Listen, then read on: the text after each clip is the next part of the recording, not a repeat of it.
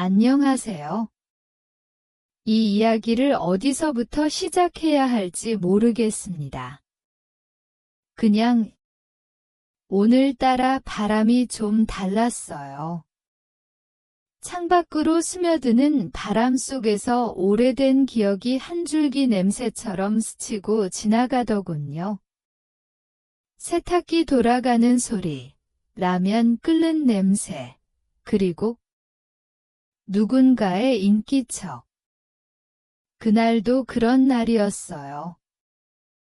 세상이 조용하고 마음 한구석이 이상하게 허전해지는 그런 날. 저는 올해로 83입니다. 나이 많다고 무조건 지혜롭진 않더군요.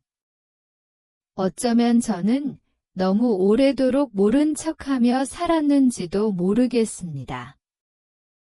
아니, 알고는 있었어요. 하지만 사람이라는 게 그게 잘 안 되잖아요. 눈치채고도 애써 모른 척, 들리는데도 못 들은 척, 마음 아파도 모른 척.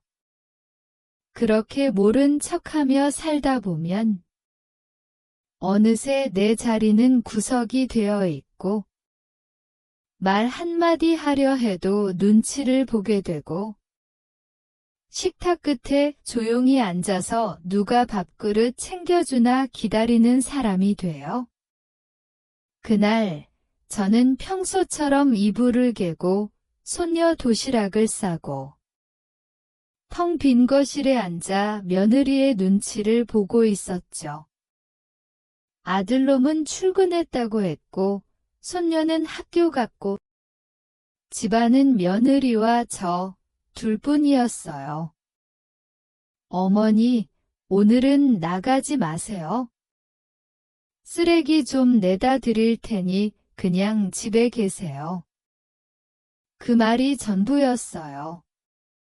그날 하루를 설명하자면 그 뒤엔 말도 없었고 눈길도 없었고 따뜻한 숨결 하나 느껴지지 않았어요. 그리고 몇 시간 후 제가 눈을 떴을 땐 그곳은 아파트 단지 뒤쪽 쓰레기장 옆 벤치였어요. 모르는 사람들, 지나가는 아이들. 그리고 제 옆에 놓인 종이 상자 하나, 그 안에 제 약봉지와 낡은 지갑. 그리고 글씨 하나. 가족입니다. 보호 부탁드립니다. 잠시 멈춤. 한숨 섞인 목소리로. 그때 처음으로 알았어요. 아, 나는 이 집에 더 이상 가족이 아니구나. 누군가의 어머니였고, 누군가의 할머니였고, 누군가에게는 불편한 존재였던 나. 그 순간이 제 삶을 갈라놓은 첫 번째 칼날이었죠. 그날 이후로 저는 더는 그 집을 둘이 집이라 부를 수 없게 되었습니다. 아직 이 이야기는 끝나지 않았습니다. 이제부터 제가 왜 그런 대접을 받았는지, 그리고 그 이후로 무슨 일이 있었는지 조용히 들려드릴게요. 오늘 하루만큼은 저의 이야기 속에서 잊힌 누군가의 마음을 떠올려 주셨으면 합니다. 다음 이야기는 그들이 나를 가족이라고 불렀던 시절로 돌아갑니다. 그 아이가 처음 우리 집에 들어오던 날을 아직도 기억합니다. 하얀 블라우스에 긴 생머리. 그리고 말수가 적고 눈치가 빠른 아이였어요. 제 아들은 조용한 성격의 말수가 적은 편인데 그 며느리는 더 말이 없었어요. 서로 대화가 오가는 걸 거의 못 봤죠. 하지만 둘이 있을 땐 뭐랄까요? 묵묵히 잘 어울리는 듯한 그런 기류가 있었어요. 저는 사실 그 아이가 마음에 들었습니다. 처음엔요. 신혼 초 제가 반찬을 해놓으면 어머니 맛있게 잘 먹었어요. 하고 꼭 말하던 아이였어요. 퇴근하고 들어와서는 제 방문을 슬쩍 열고 괜찮으세요? 하고 묻던 그런 아이. 그때만 해도 저는 진심으로 생각했어요. 이 아이는 내 딸 같겠구나. 딸이 없어 늘 아쉬웠던 저는 며느리에게 따뜻하게 대하면 언젠가 진심이 전해지겠지? 그렇게 믿었습니다. 하지만 사람 사이의 마음이란 게 처음의 호의가 끝이 아니더군요. 시간이 흐르며 조금씩, 아주 조금씩 무언가 어긋나기 시작했습니다. 언젠가부터 그 아이는 어머니, 저 오늘 피곤해서 먼저 잘게요. 라며 식사 준비를 하지 않았고 어머니, 저는 김치 냄새가 좀 힘들어서요. 라며 제가 담근 김치를 냉장고 맨 아래 칸에 넣어두었고 우리 부부는 조금 다른 방식을 원해요. 라는 말로 하나 둘 저와의 생활 방식을 멀리하기 시작했어요. 그때도 저는 애써 모른 척했어요. 아, 요즘 젊은 애들은 원래 그렇지. 적응하면 괜찮아질 거야. 하지만 적응이라는 말은 한쪽이 참고 다른 한쪽은 외면할 때 그렇게 만들어지는 거더군요. 우리 집엔 원래 남편이 쓰던 낡은 안방이 있었어요. 그 방에서 저는 남편 돌아가신 후 10년 가까이 지내왔죠. 근데 어느 날 며느리가 말하더군요. 어머니, 저희가 안방을 써도 될까요? 아기가 생기면 공간이 좀 필요해서요. 그 말에 뭐라고 하겠어요.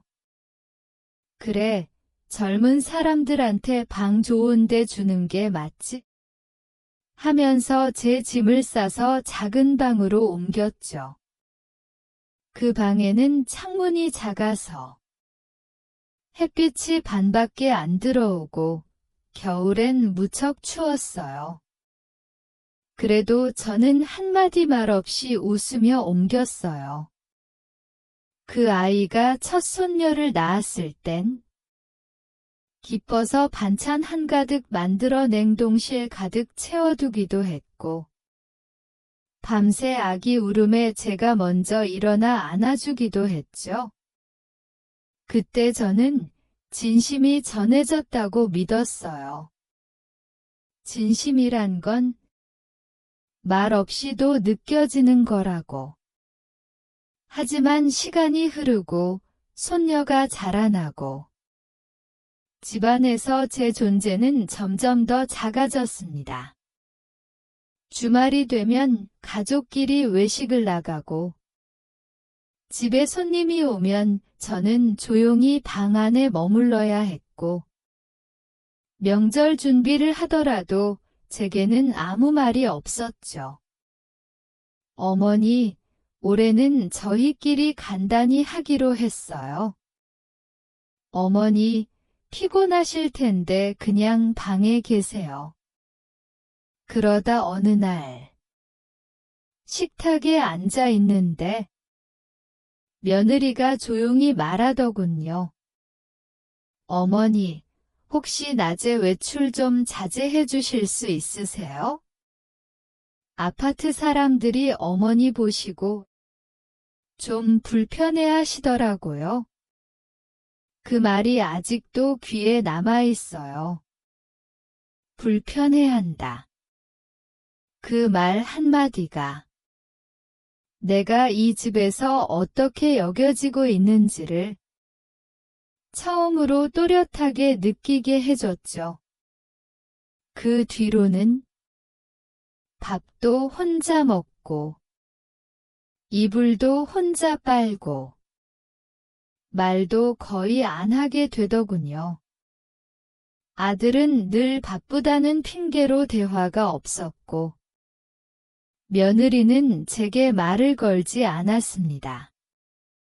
손녀는 점점 자라나면서 할머니 방은 조용해서 무서워라고 말하기 시작했고 저는 어느새 같은 집에 살지만 아무도 말을 걸지 않는 숨소리조차 눈치 보게 되는 사람이 되어 있었습니다. 그때 저는 알았습니다. 이 집에서 나는 이제 가족이 아니구나. 하지만 그럼에도 저는 그 아이를, 그러니까 제 며느리를 미워할 수 없었습니다. 왜 그랬을까요? 그 아이가 우리 집에 처음 들어오던 날, 제게 웃으며 인사하던 그 장면이 아직도 제 마음속 어딘가에 남아있었기 때문일까요? 그 따뜻한 순간 하나 때문에 그 뒤에 모든 차가움을 저는 견딜 수 있었는지도 모르겠습니다. 하지만 사람 마음이란 그렇게 견디는데도 한계가 있다는 걸 저는 그 후에야 알게 되었습니다. 처음에는 그랬습니다. 아주 작은 말투 하나, 미세하게 다른 눈빛 하나, 예전엔 저를 부를 때 어머니 하고 길게 부르던 아이였어요. 하지만 어느 날부터 그 말이 짧아졌어요. 어머니. 그냥 점 없이 그 말에 온기가 없다는 걸 느끼는데 그리 오랜 시간이 걸리진 않았습니다. 이건 기분 탓일까? 혼자 예민한 걸까? 아니야, 아닐 거야. 계속 그렇게 마음속에서 부정하면서도 어딘가 불편한 기색이 분명히 느껴졌습니다. 설거지를 하다 보면 제 접시만 따로 놓여 있고 세탁기를 돌리면 제 속옷은 다른 바구니에 따로 담겨 있었고 주말이 되면 그 집 식구 셋은 나가고 저는 말도 없이 홀로 남겨졌습니다. 어머니, 저희 셋이서 잠깐 다녀올게요. 그 말, 셋이서라는 말. 언젠가부터 자꾸 마음에 남더군요. 우리 셋이서. 그 안에 나는 없구나. 그 단어 하나로 내 자리는 이미 바깥이 되어 있었던 거예요. 그래도 저는 말하지 않았습니다. 뭐라고 해야 할까요? 그건 자존심도 아니고 불만도 아니고 그저 말해도 소용없다는 걸 알아버린 침묵이었어요. 가끔은 며느리가 저를 스쳐 지나가면서 무언가 말하고 싶은 듯한 표정을 지을 때도 있었어요. 하지만 결국 입은 열리지 않았고 눈빛은 피하고 말았죠. 손녀는 점점 더 커가면서 저에게 말을 줄였습니다. 제가 간식 챙겨주면 엄마가 주지 말랬어요. 하며 조심스레 밀어내곤 했어요. 한 번은 학교에서 돌아온 손녀가 묻더군요. 할머니는 왜 같이 안 살아? 그 아이는 몰랐던 거죠. 우리는 한 집에 살고 있지만 같이 사는 게 아니라는 걸. 그날 밤 며느리가 조용히 말하더군요. 어머니, 아이 앞에서는 너무 많은 간섭 안 해주셨으면 좋겠어요. 간섭. 그 단어에 마음이 덜컥 내려앉았습니다. 제가 간섭을 했던 걸까요? 아니면 그냥 마음을 썼던 걸까요? 그러던 어느 날 아들 녀석이 귀가를 하자마자 저를 조용히 방으로 부르더군요. 엄마, 요즘 며느리가 많이 힘들어해요. 엄마가 너무 계신 것 같아서 숨이 막힌다고 해요. 너무 계신 것 같다고요. 그 말이 어쩐지 낯설고도 서글펐습니다. 그 집이 제 집이고 제가 평생을 살아온 공간인데 나는 너무 존재하는 존재가 되어 있었던 거예요.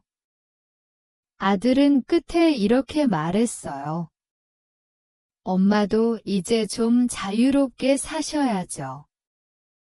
친구분들이랑 외출도 좀 하시고. 친구요. 나이 들어서 어디 하나 갈 데도 없고 같이 이야기 나눌 사람도 거의 없는 나이에 무슨 친구가 있을까요?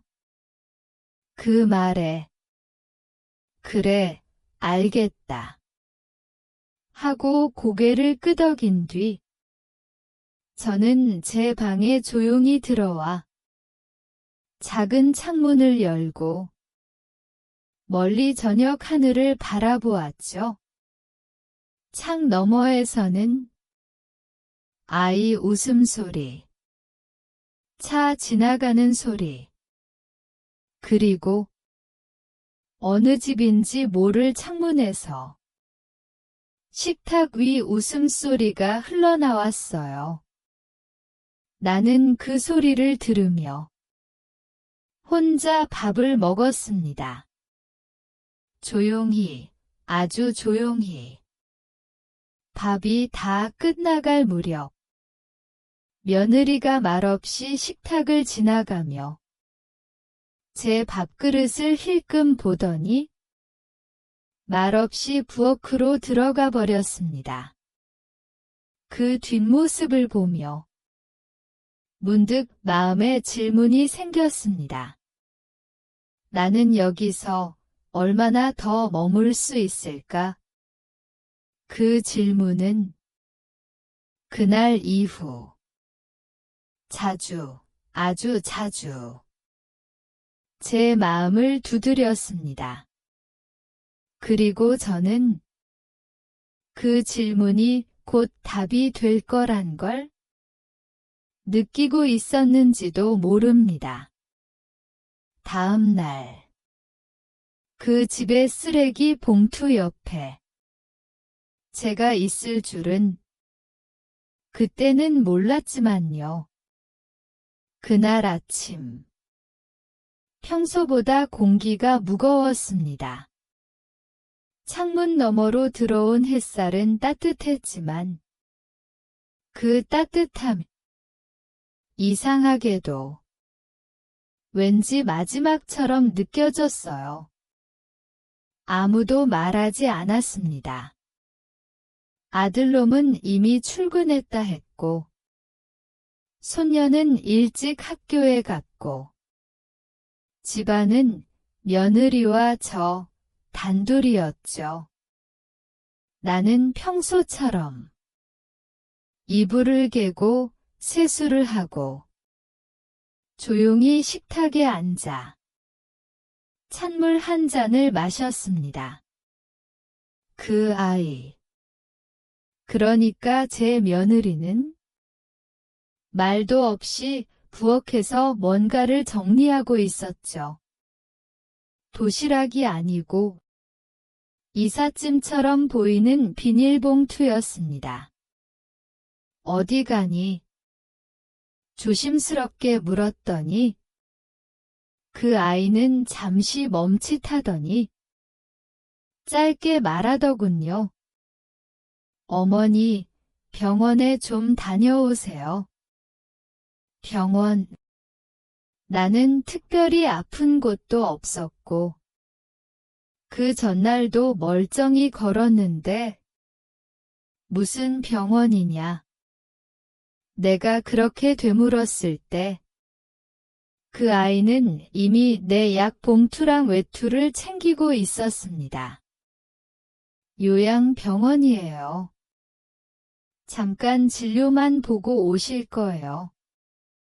그 말투는 이상할 정도로 단호하고 이상할 정도로 조용했습니다. 나는 속으로 뭔가 이상하다고 느끼면서도 그 말에 따라 외투를 입고 가방을 들었습니다. 그 순간 그 아이는 내 손에서 가방을 빼앗듯이 받아들고 제가 들게요 라고 했습니다.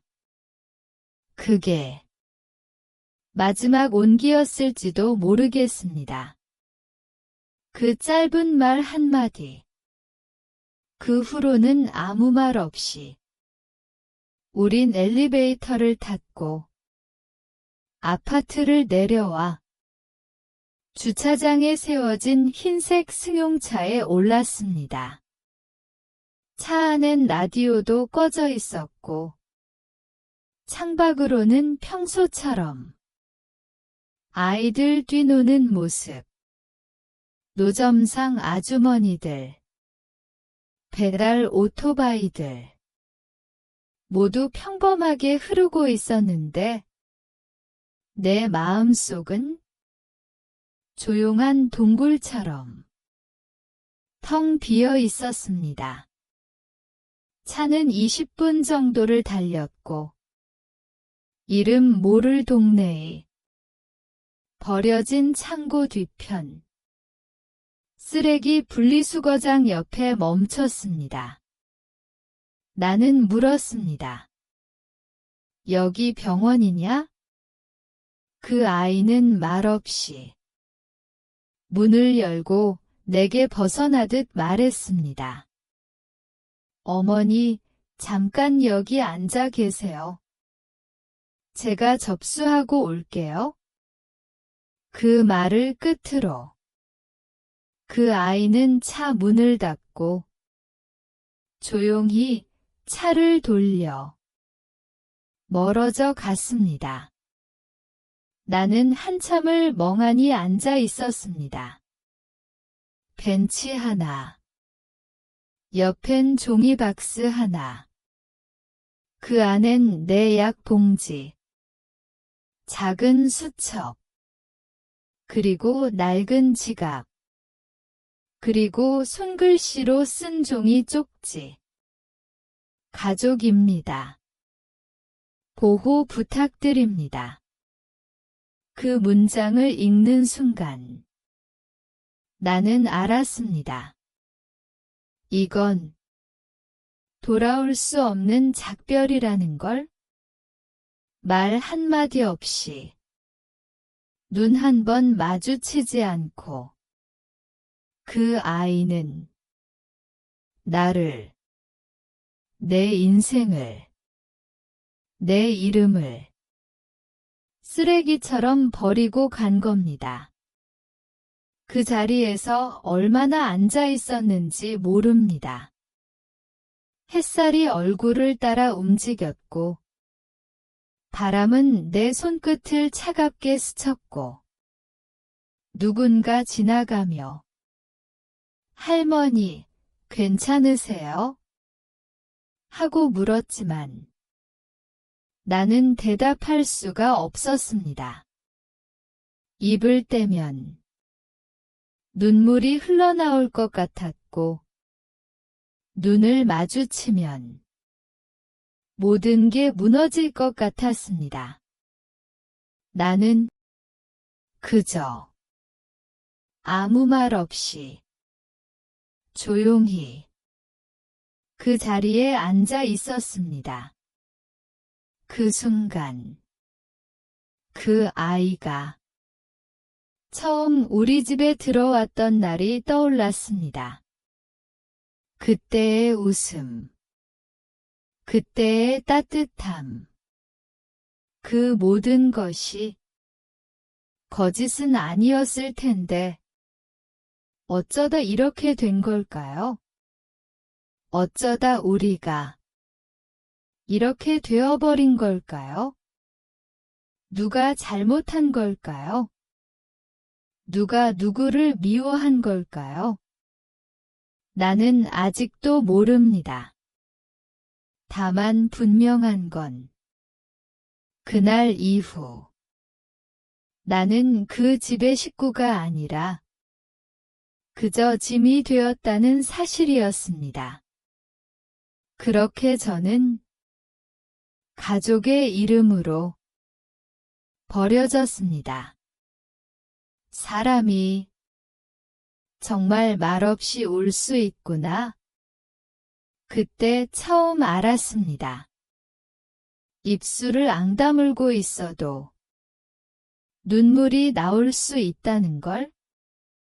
가슴이 너무 시려우면 소리조차 낼 수 없다는 것도요. 그날 쓰레기장 옆 벤치에 앉아 나는 한참을 울지도 움직이지도 못한 채 그저 가만히 있었습니다. 누군가가 경찰에 신고를 했는지.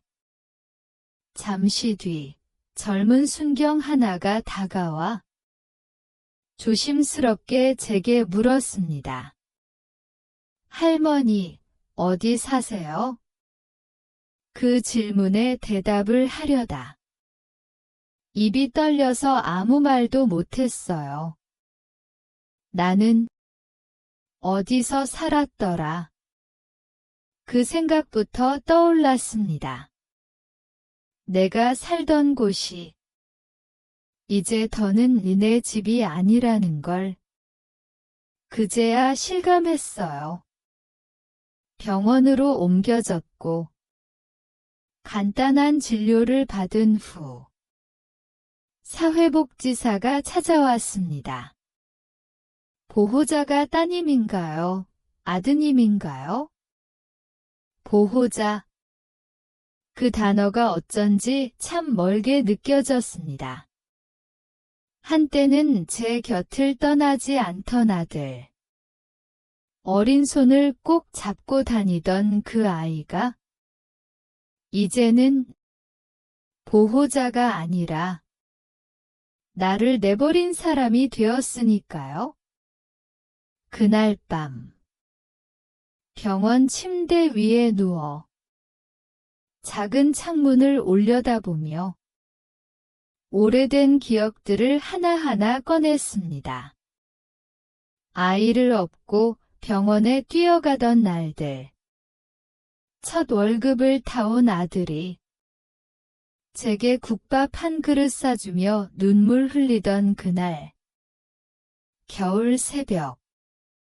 아이 목도리를 손으로 짜며 손끝이 트고 아려왔던 시간들. 그 모든 순간들이 한 장면씩 떠올랐습니다. 나는 그 아이를 정말 사랑했구나. 그 아이를 위해 살았고, 그 아이의 웃음 하나에 살았고, 그 아이의 배고픔, 상처, 슬픔이 곧 나의 전부였구나.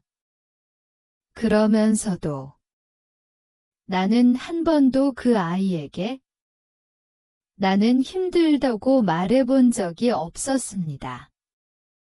이런 말은 너한테 미안해서 못하겠다. 그 말만 입속에 삼키고 살았죠. 언젠가 며느리 방에서 작은 메모장을 본 적이 있어요. 시어머니는 너무 조용해서 더 불편해. 그 말이 마음속에 오래 남았어요. 나는 조용히 있으려고 했을 뿐인데 그 조용함마저 불편함이었구나. 이제 와서 생각해보면 나는 너무 많은 걸 마음속에만 품고 있었던 것 같아요. 그 아이들이 내 진심을 몰랐던 게 아니라 내가 말하지 않았던 건 아닐까?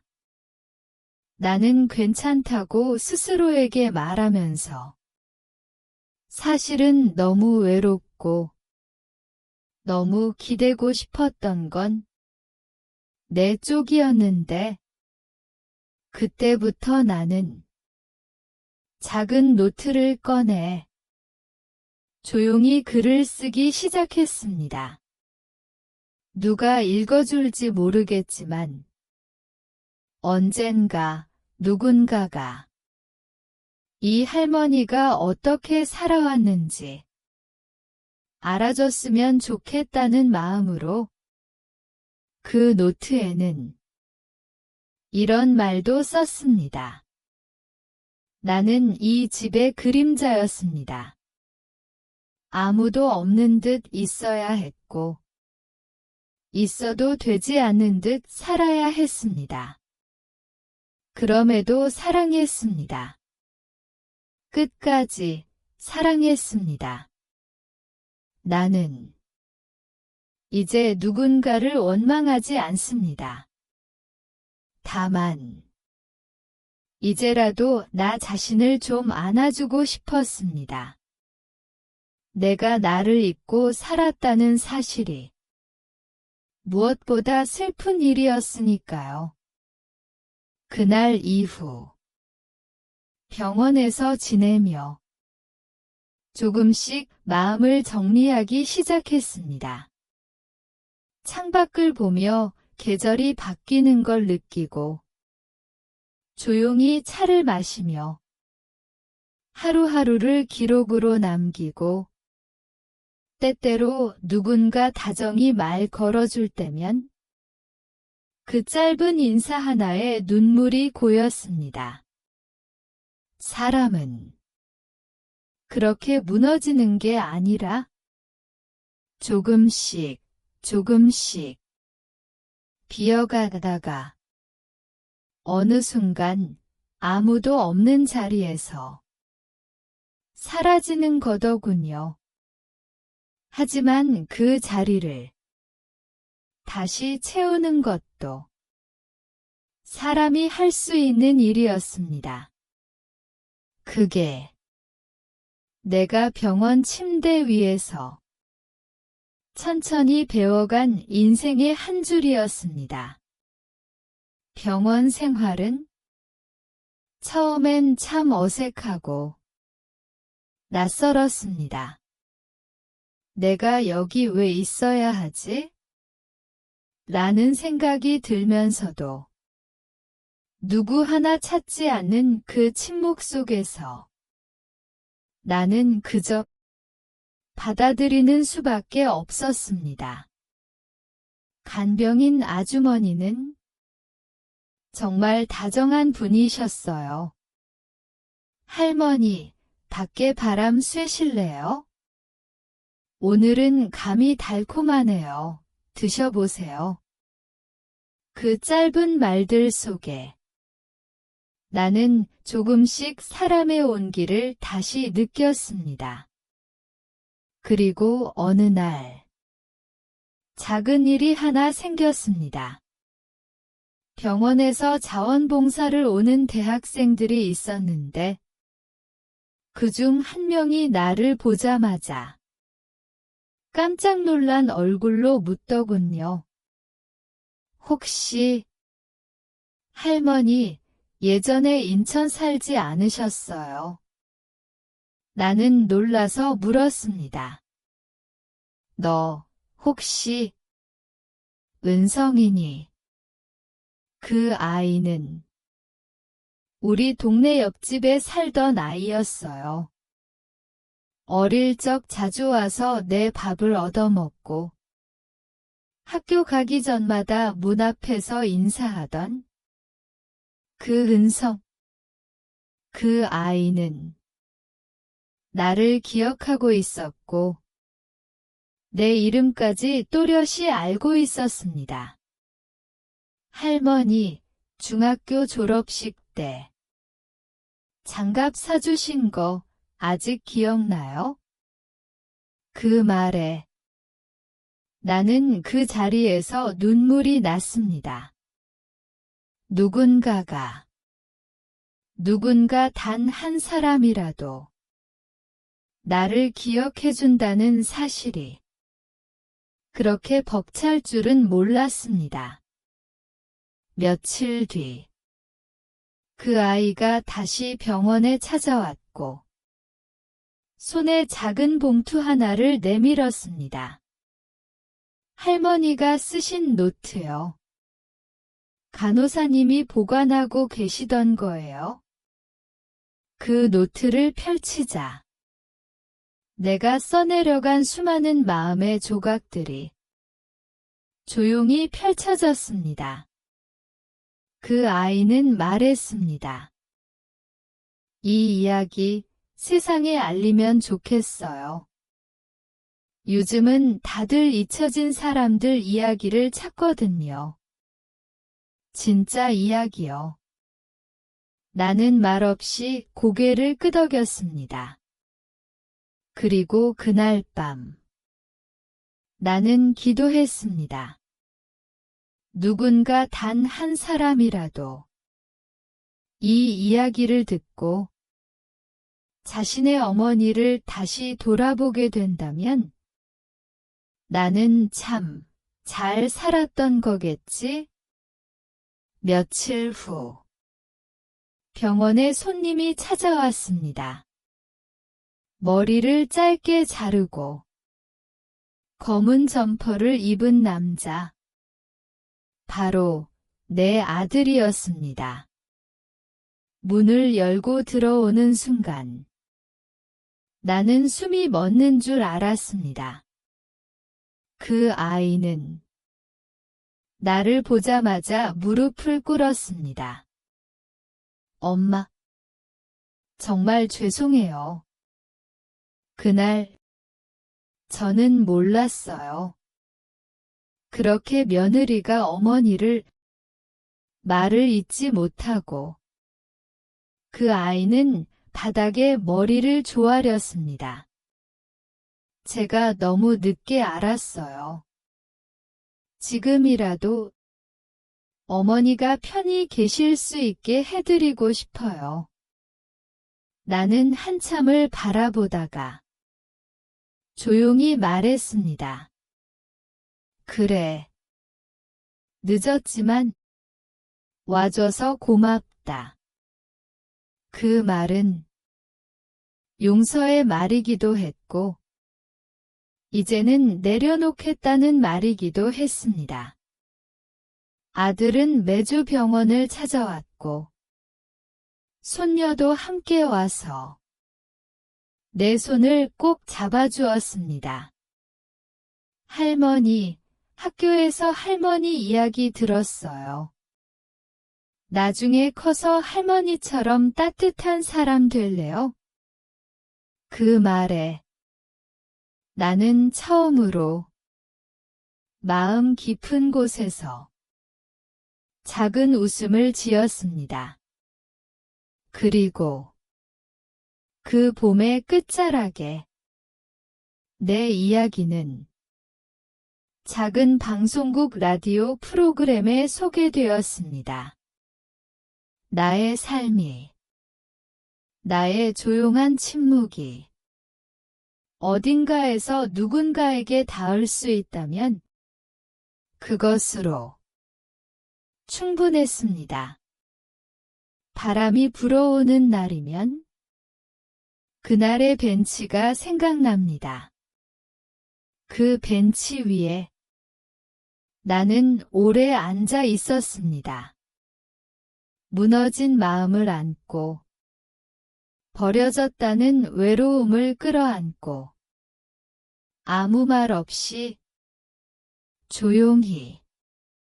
그때 불어오던 바람은 차가웠지만 어쩌면 지금 생각해보면 그 바람이 나를 일으켜준 것 같습니다.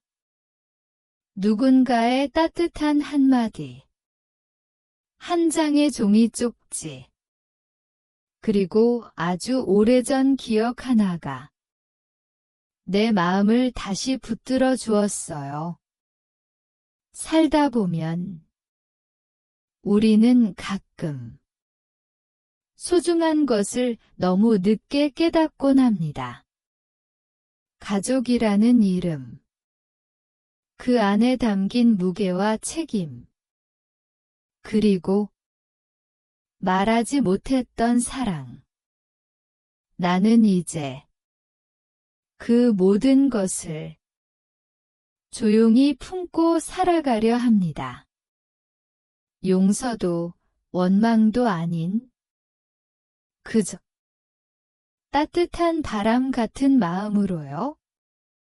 바람 한 줄기에도 마음이 흔들리는 날엔 부디 누군가의 어머니를 떠올려 주세요. 그리고 그 어머니가 어떤 마음으로 오늘을 살아내고 있을지 잠시 생각해 주세요. 그것만으로도 누군가의 하루는 조금 더 덜 외로울 수 있으니까요. 이야기를 들어주셔서 고맙습니다. 당신의 하루에도 따뜻한 사람이 함께하길 바랍니다.